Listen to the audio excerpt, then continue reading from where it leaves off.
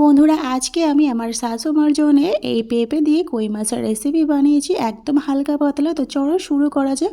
তো এখানে আমি 2 পিস কই মাছ নিয়ে নিয়েছি। তো যেহেতু আমি কই মাছ কিন্তু খাই না বন্ধুরা, তো আমার শাশুড়ি মার জন্য 2 পিসই মাছ নিয়েছি। তো এখানে আমি লবণ আর হলুদ মাখিয়ে মাছটাকে ক্যামেরা অফ করে ভেজে নেব। তো এখানে আমার মাছটাকে ভাজা করা হয়ে গিয়েছে। এবারে আমি একটা কড়াইতে নিয়ে নিলাম। এবার আমি একটা পেঁপে কেটে নিয়েছি, দেখতে পাচ্ছেন বন্ধুরা, পেঁপে আর একটা আলু ছোটো সাইজের। সব উপকরণগুলো দিয়ে দিলাম।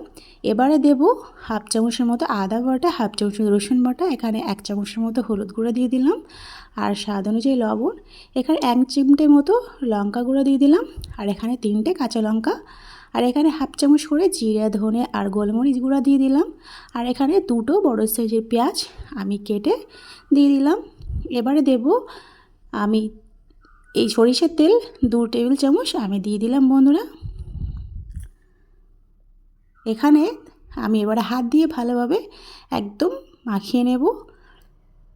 এবার আমি এখানে কোনো পানি প্রথমে অ্যাড করে নিয়ে আমি এখানে ঢাকনা চাপা দিয়ে আমি চুলাতে দিয়ে দেব। তো এখানে চুলাতে দিয়ে দিলাম।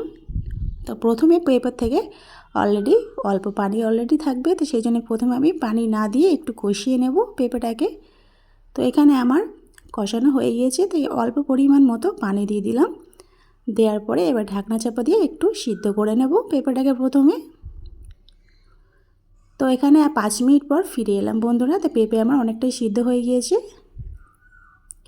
এবার আমি দেব পরিমাণ মতো পানি, যতটা ঝোল লাগবে তার থেকে একটু পরিমাণ বেশি পানি দিয়ে দিলাম। এবার যে 2টো কই মাছ ভেজে রেখেছিলাম সেই 2টো কই মাছ দিয়ে দিলাম। দেওয়ার পরে আরও 5 মিনিট আমি ভালোভাবে ফুটিয়ে নেব। তো এখানে আমার ফোটানো হয়ে গিয়েছে।